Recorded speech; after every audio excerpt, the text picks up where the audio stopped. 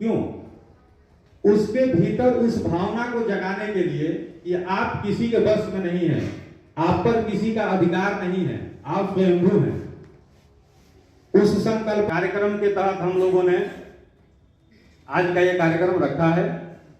अब भारत सृजन संस्थान एक ट्रस्ट है जो कि कृषि विभाग के साथ और 1 जनवरी 2022 से स्वास्थ्य विभाग के साथ मिल करके संदेश सबसे बड़ा एक तो हमारा जो ये अमृत महोत्सव चल रहा है, ये बहुत अच्छी बात है कि हमारे जो लोग लुप्त हैं, जो लोग नहीं इसमें किन्होंने योगदान रहा, किन परिवारों का योगदान रहा, उनको हम लोग गली गली गांव-गांव खोज रहे हैं और अमृत महोत्सव मना रहे हैं। ये एक बहुत अच्छा संदेश समाज के लिए, देश के लिए है। और दूसरा शक्ति मिशन ये इसलिए कि हमारे माननीय योगी जी ने जो महिलाओं को, देखिए आप कितना महिलाओं के साथ अत्याचार हो रहे थे, उसको कहा कि मिशन शक्ति, इसको बढ़ाया जाए। क्योंकि आज जो हम लोग महिलाओं कहते हैं कि बिल्कुल अबला है ना है ऐसी, आज उसी को बताया कि हम बिना शक्ति के शिव भी शिव के समान है, बिना लक्ष्मी के हम नारायण की पूजा नहीं कर सकते, बिना सीता के राम अधूरे हैं, बिना राधा के कृष्ण पूरे नहीं हैं। तो आज हमारे लिए सबसे पहले आज भारत को भी हम माँ कहते हैं, हम भारत को पुरुष नहीं कहते हैं, माँ कहते हैं। धरती को भी हम माँ कहते हैं। जो सहन कर सके, जो बिल्कुल झेल सके,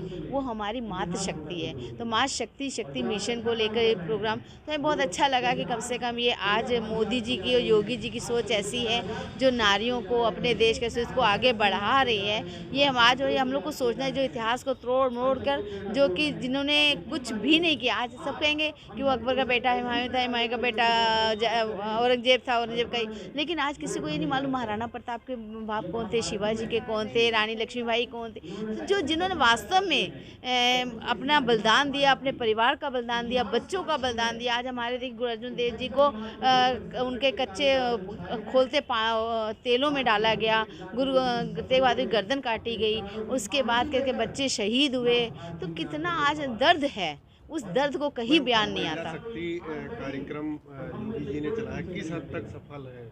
बहुत सफल है। आज देखिए महिलाएं आत्मनिर्भर हो रही हैं। अभी आपके देखिए यहाँ पे जिन्हों को सम्मान किया जा रहा है, कोई अपने घर में दिए बना रहा है, तो कोई अपने घर में, ये ऐसी महिलाओं को सम्मानित किया जा रहा है जो महिलाएं आज आत्मनिर्भर हो रही हैं, खुद भी आत्मनिर्भर हैं और बच्चों को भी आत्मनिर्भर बना रही है। आज आत्मनिर्भर भारत अपनी आगे की ओर बढ़ रहा है। जब तक हमारे दोनों हाथ, कहते हैं ना, एक पंख से कोई उड़ नहीं सकता, दोनों पंख मजबूत होने चाहिए, नर और नारी के दोनों पंख मजबूत होंगे तभी हमारा देश आगे बढ़ेगा। आज इसी तरह हमारी नारी भी कार्य कर रही है, पुरुष भी काम कर रहे हैं, दोनों के काम से आज हमारे देश आगे बढ़ रहा है और देश का नाम आज पूरे विश्व में आगे बढ़ रहा है। धन्यवाद। ये एक अनूठा प्रयास था जो महिलाओं को सम्मानित करने के साथ साथ उन्हें आगे बढ़ने की प्रेरणा भी देगा। निश्चित रूप से जब हमारी सफलता को सेलिब्रेट किया जाता है तो सफल व्यक्ति आगे बढ़ने के लिए मोटिवेट होता है। तो ये कार्यक्रम इन सभी महिलाओं को अपने अपने क्षेत्र में और ज़्यादा उत्साह से और ज़्यादा कमिटमेंट के साथ काम करने के लिए प्रेरित करेगा। सर, भारत सृजन संस्थान के अध्यक्ष अजीत मिश्रा जी ने कहा कि अगले वर्ष में भी इसी तरीके का, इससे भी भव्य कार्यक्रम होगा। तो सर, किस तरीके का प्रोत्साहन आप उनके लिए शब्दों के माध्यम से देना चाहेंगे? मैंने कहा भी था कि ये कार्यक्रम पहला कार्यक्रम है, आखिरी नहीं। अजीत ने उसी बात को आगे बढ़ाया है और निश्चित रूप से इसकी निर्णय क्षमता का मैं साधुवाद देता हूँ।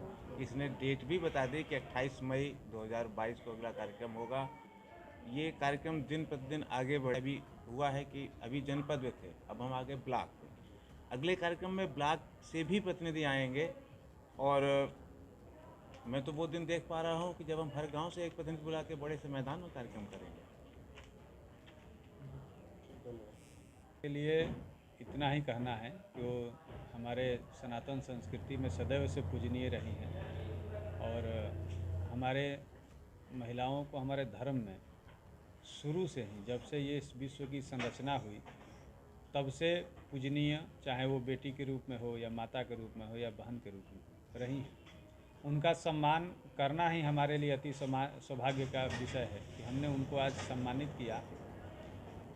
और मैं अपनी मातृशक्ति से ये आशा करता हूँ कि वो लोग हम लोगों के इस कार्यक्रम को सफल बनाने और अन्य कार्यक्रम करने हेतु आशीर्वाद जरूर दें।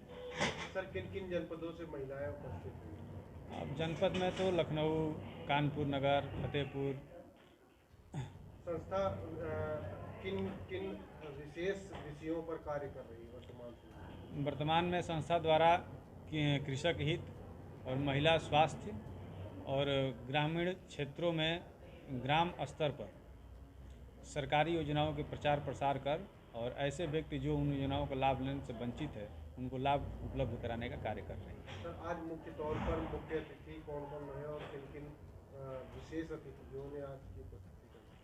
देखिए, आज के कार्यक्रम के जो अतिथि आए थे उनकी एक विशेष निवेदन था हमसे कि किसी का भी नाम मुख्य अतिथि और विशिष्ट अतिथि में न रखिएगा। हम लोग भी सामान्य व्यक्ति हैं, चाहे किसी भी पद पर हो। उसमें हमारे मुख्य रूप से अनीता अग्रवाल जी जो माननीय सदस्य हैं उत्तर प्रदेश राज्य बाल अधिकार संरक्षण आयोग, श्री श्याम जी त्रिपाठी वो भी माननीय सदस्य हैं, श्री शेषनाथ जी जो IAS हैं प्रबंध निदेशक यूपी कृषि विभाग के हैं, श्री सुनीत द्विवेदी जी जो अध्यक्षता कर रहे थे वो मुख्य सचिव कार्यालय में अनुसचिव हैं।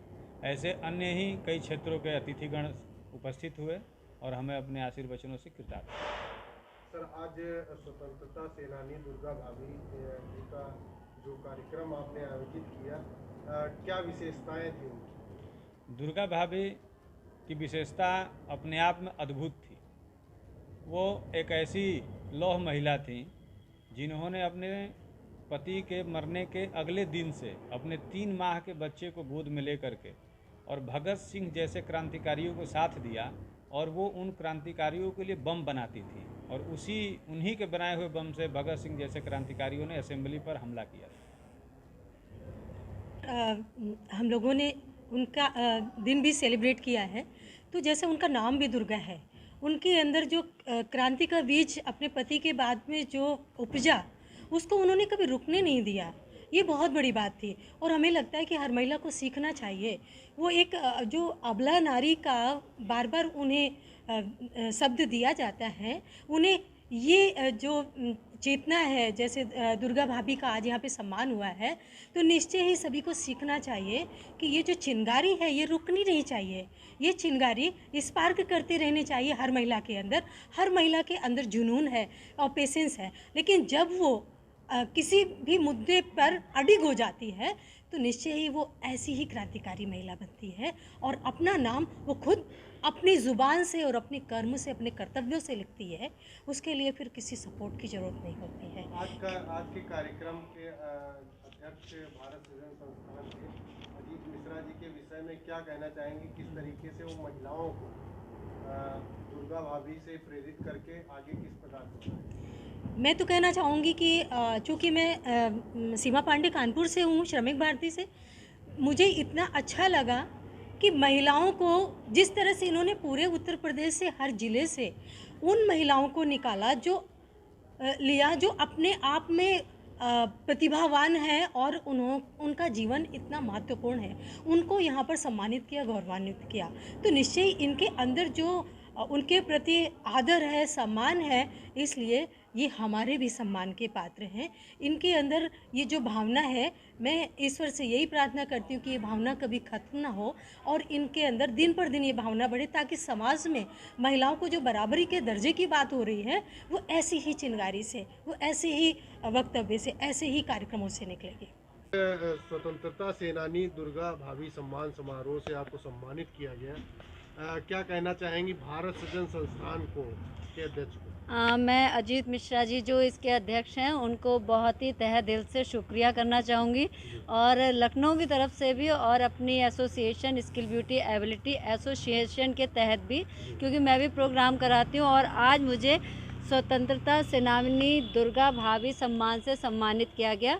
यहाँ पर बहुत सी महिलाएं आई थी जो सब अलग अलग लाइन में हैं और बहुत दूर दूर से आई थी। हम तो लखनऊ के थे इसलिए आराम से आ गए, लेकिन वो बहुत सफ़र करके आई थी यहाँ तक और बहुत अच्छा लगा। बहुत अच्छे से उन लोगों ने हम लोग का महिला स्वरोजगार के लिए आपको सम्मानित किया गया है। कितने लोगों को लगभग स्वरोजगार के तहत आप जोड़ चुकी हैं? जैसा कि आप कई जो है प्रशिक्षण कार्यक्रम चलाती रहती हैं समय समय पर, क्या कहना चाहेंगे? हाँ, मैंने लगभग 5-6 साल से इस लाइन में मैं काम कर कर रही हूँ। और मेरा थोड़ा सा मोटो हटके है, मैं जो हूँ ये अपने को आत्मस्वावलंबी बनाने के लिए महिलाओं को मैं ब्यूटिशियन का वर्क करती हूँ और मेरा पार्लर भी है चौक में और 15 साल से है और बहुत लोगों को सिखाया भी है। अब मैंने सेमिनार और वर्कशॉप ऑर्गेनाइज़ करना शुरू कर दिया है जिसमें हम लोग जो है मिलके जो जिनको स्टेज शो नहीं मिलता है, स्टेज नहीं मिलता है, परफॉर्मेंस नहीं कर पाते हैं तो उनको बुलाते हैं, वो अपनी परफॉर्मेंस देते हैं और बहुत लोगों को सिखाया है और वो अपना आत्मनिर्भर बने हैं और हर जगह कहीं ना कहीं लगे हुए हैं और अपना वर्क खुद कर रहे हैं और अर्न कर रहे हैं अच्छे से। और जैसा कि इसका नाम है दुर्गा भाभी सम्मान पत्र, तो आज की नारी जो है अब वो डिपेंड नहीं है अपने हस्बैंड पे, खुद भी डिपेंड है, खुद अर्न कर रही है, खुद फैमिली को चला रही है अच्छे से। जैसा कि दुर्गा भाभी के विषय में भी संस्था के अध्यक्ष जी ने बताया कि वो बहुत क्रांतिकारी महिलाएं थी, तो उनके विषय में क्या कहना चाहेंगी समाज की महिलाओं को? हम समाज की महिलाओं को यही कहना चाहेंगे कि पहले जो लेडी थी वो छुप कर काम करती थी, बाहर करती थी, अब हम जो महिलाएं हैं खुल के बाहर कर सकते हैं।